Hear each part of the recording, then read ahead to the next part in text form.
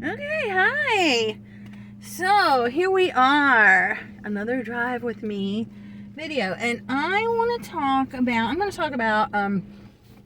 getting started with your reselling game here. And I'm going to start with, normally I would start with eBay, because I think, really honestly, if you start with eBay, because it's the hardest one, you can do any of them. But then I started thinking, some people don't like to start hard and go to easy, you know. Some people want to just dip their toe in, get it a little wet, and go in that way. So getting started on Poshmark is probably the easiest one. It's the easiest one that I use, but it's not necessarily the easiest one to sell on. Okay, so let's just be honest and upfront. Now, if you've never ever sold anything online in your entire life, the one thing you need is some way to take pictures and get it uploaded. So most people use their phone, and your phone is, you know, something that almost everybody has, and some kind of an internet connection.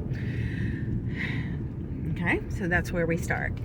So with Poshmark, and really all of them, you take your pictures. And on Poshmark, it used to be just clothing, but now, you know, you can sell men's clothes, women's clothes, kids' clothes, pet accessories, home goods, like anything from linens to barware and cookware and decorations, artwork, all kinds of stuff. You can sell electronics, which I'll be honest with you, I don't fool with electronics just because it's not my thing. Some people are way better at it. I know that you can make a lot of money selling electronics. I don't mess with it. Okay, but I do personally. I sell clothing, and I sell collectibles and home goods, and occasionally a toy or two. So the first thing you do, obviously, is you want to take your pictures, and you want to make sure that you get it from every angle. So front, back, top, bottom, sides, flaws. This is a big important thing. So if there's a tear or a chip or a stain or a part missing, depending on what you're selling, you want to make sure that you take a picture of that and that you point it out. And then I always make a special note in the description if there is a flaw or a tear, you know, something that's considered a defect. So I take a picture. I might point my finger at it. Some people draw a circle around it or something to indicate what it is. But I make a special note in the description that, you know, this item has a chip, or this item has a tear, or there's, you know, one of the houses is, I don't know, just, you know, something. I say something about it in the description. So you take all your pictures. Now with clothing, not just the front and the back and the flaws, but also take a picture of the manufacturer's tag, so who made that product, the size tag, the care tag, and the fabric content. Same thing with things like handbags. You want to make sure that you get those markings, those tags on it. Now, any other kind of product, every product that you sell, I would always make sure that I get a special picture, close up of who made that product, if it's available. You know, if it's on there. If you're selling something vintage, sometimes things are unmarked, or if you're selling something that maybe is handmade, that kind of thing. Okay, and then so you want to upload your pictures. You want to get your brand name, your size, whatever kind of item it is, put in there, and set your price. On Poshmark, there's a field where you put in your original price. Most of us just put 0. Okay, you have to fill that field out. Most of us put 0. I do see some people though that maybe are selling something that is new with tags. I don't know what the criteria is, if they got them from a wholesaler or if they're things that maybe they bought and never wore. But some people will fill in a dollar amount on that in that field, but most of us just put 0. okay? Now, all these different little fields, which there aren't really that many on Poshmark, you want to make sure that you put something there. The more information that you put in there, the easier it is for somebody to find your item if they're looking for something that you're selling, okay? There is also a field, and this is kind of important, and it's something that you're going to learn as you go along, but there's a tag field, okay? And in this tag field, you want to make sure that you put their aesthetics or keywords that people might be searching for. And my personal little technique is, when I'm filling out the title, I will fill out in the first part of the title anything that's directly relevant to the item that I'm listing. So I might put Ralph Lauren, women's top, size 5, I'm just making stuff up, red striped, long sleeve t-shirt. Okay? And then at the end, if I have space, I might put things like, casual or whatever, and fill up the spaces at the end of the title. But you've got a letter limit there, a character limit there, so you can only put so many things in there, right? So in this tag space, I'll add extra stuff like quiet luxury or preppy or girl next door or beachy or whatever, things that are relevant to that item that I couldn't necessarily fit into the title, but something that people may still be looking for, themes that they may be looking for. And some things I may also put in the description, but I'm not 100% sure that everything that you put in the description is searchable as far as keyword searches. And this is really important because what happens is once you get your item listed and your listing is active, people can find your things not just by going to Poshmark and saying I'm looking for whatever, but also through Google searches. If somebody's looking for, a red evening gown, they can type in red evening gown and whatever other words they use into Google, and it will bring up listings from Poshmark and eBay and Mercari and wherever. So you want to make sure that you have as many relevant keywords as possible. You want to make sure that they're relevant. You don't want to use keywords, they call it keyword spamming. You don't want to use things that aren't actually relevant to what you're selling, okay? So let me give you an example of something that would be keyword spamming, or keyword bait, clickbait. Taylor Swift is a hot keyword search right now, but say I'm selling a vintage granny core dress. That is definitely not, the type of aesthetic that Taylor Swift is using, but I put Taylor Swift as a keyword just to get eyes on my item. Well, that's not going to work. First of all, it's just, and truly you're wasting your space, because now you got people who really aren't looking for that item looking at your item. Meanwhile, you could put granny core, and you could put peasant, and you could put gypsy, or something a little more relevant to the people who might be looking for that type of a dress, if you understand what I'm saying, or if I'm making it clear, I hope. So anyway, yes, you want to make sure that you have your keywords and your taglines in there.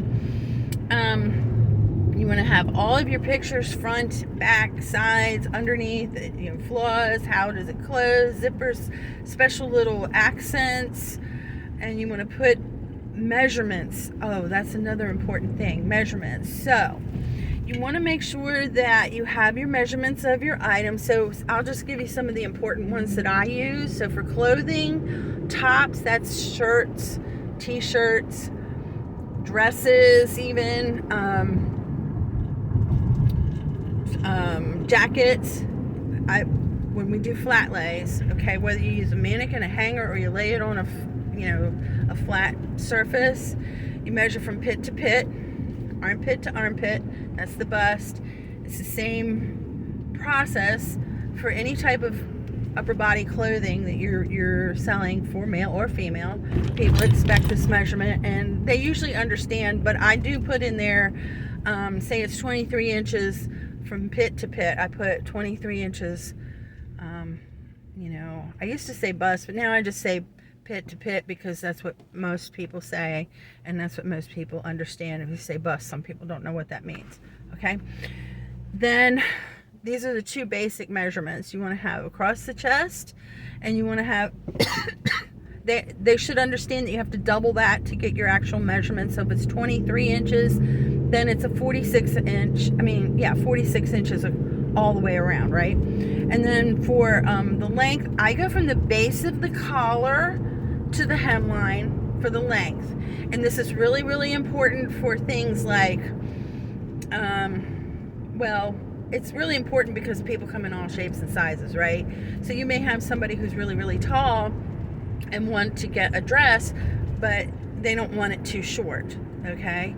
Or a big and tall guy who needs a longer shirt just because he's got a longer torso, right? So that I go from the base of the collar, so where the collar actually meets to the shirt, all the way down to the hemline. Or for something that's strappy, like for this, something like a tank top or a sundress that doesn't really have a collar, I'll go from the top of the shoulder down to the hemline and put that in there as the length. So those are the two most important measurements that you need. On dresses, I do the waist, I do the same thing. I go from side to side, but I do tend to double that number and put it in as the waist measurement because, some people don't understand. And the length. And then for pants, I measure flat lay across, okay? And I label it as waist, even though with pants, they could go from high-waisted all the way down to hip huggers, and that's a pretty big area of discretion, especially for females. But I measure from side to side and label it waist. I measure the rise, which is the area where the legs come together in the crotch area. I know it's a bad word, right? In the crotch area where all the seams come together, okay, for the legs. I measure from that area all the way up to the top of the center front. So if you've got like jeans or a pair of button-up pants at the top where all that comes, if it's just a pair of pull-ons like shorts or something, I still measure straight up to, where it would be in the front, like in a line with somebody's belly button. So I measure that so that they know what the rise is. That's called the rise, if you didn't know. And the inseam I measure from the same place, that middle crotch area, all the way down to the hem, okay? And the reason why that is so important is, again, because people are taller or shorter than others. So, for instance, something that's cropped on me, which would be maybe just an ankle length pair of pants, which is kind of long because I'm a shorter person for me. So it may just brush the top of my shoes or just maybe an inch or so above my shoes if I'm wearing, say, like a flat pair of flats. But for somebody who's taller, maybe a 6 foot tall person, that may come up halfway on their calf and be like a longer pair of capris or something for them, So that inseam measurement is really, really important because they need to know where on their body that's going to fall. So those are the two main things, as far as what you're selling, clothing and, basic tops and bottoms, right? You always want to put your shoe size in. You want to get good pictures. Again, for shoes, make sure that you show the bottom or the sole of the shoe so that they can see if there's any wear. Maybe I should do a video specifically on taking pictures on this type of clothing. I think I'll do that, but you get the picture. So put all those measurements in, and then once you have all your measurements in, all your details about the color and the make and the model, and if you know the year for vintage things, that's really important too. Get that in there, and then you hit list, and it's listed. Okay, so you've got your listing up, and now with Poshmark, this is the downside of Poshmark, okay? This is what makes Poshmark hard. And I'll be honest with you, it took me a long time to get my first sale. It took me a really long time because Poshmark wants you to share your closet. They call it your closet, okay? They don't call it a store or anything. They call it a closet. So they want you to share your closet. They want you to share other people's closets. And they want you to follow people because they call it social. And I'm just really giving you an overview of Poshmark, but I am going to give you a little tip. So I use Flip Crosslister now because I've been doing this for a while and it's worth my investment in that application. But in the beginning it wasn't, okay? So getting your first sale, this first tip that I have to give you is going to be the same no matter where you sell, and that is in consistency in adding new listings, okay? You want to add new listings fairly regularly, and it doesn't matter which platform, that rule applies to everybody, okay? But then the sharing part and the following part comes into play. So what I would do on Poshmark, there is a feed, and up at the top it has little tabs, and it'll have comments and orders and shares and offers and all these different things, likes. So in my spare time, so if you have another job, like when you're on your break or your lunch, or you're standing in line at the grocery store, or you're just downtime at night when you're watching TV, go to your news feed and go across those little ticks at the top, and if somebody's asked you a question about something, answer that question. If somebody gave you a like, go in and give them an offer. It has to be 10% off of whatever your last offer was in 90 days. Go in and you'll see where it has follow. You want to go back and follow those people. You can also remember exactly where it is, and I'm driving, but somewhere on there's a place where you can meet people, so you can look people up like by your town, by your college, those kind of things, and go in and follow from there as well, new poshers.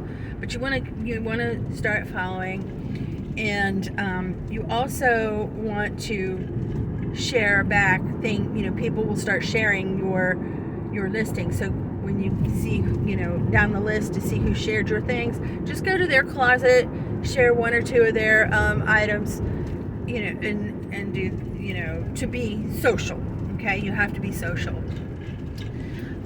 So those are the main things that I would say. You're going to have to do that. The biggest thing, okay, the biggest, most important thing that you can do is to continue adding to your closet. That is the most important thing, consistently adding to your closet. The second biggest thing is sharing your pieces, and the third biggest thing, and this is besides regular customer service and all that, is make sure that you're giving offers. Now there's more details on that, but I'm going to leave it at this right now because we're starting out, but I will add on to the Poshmark strategy later on. But I'm on the highway and I need to get off of here. So I'll see you guys later. Bye.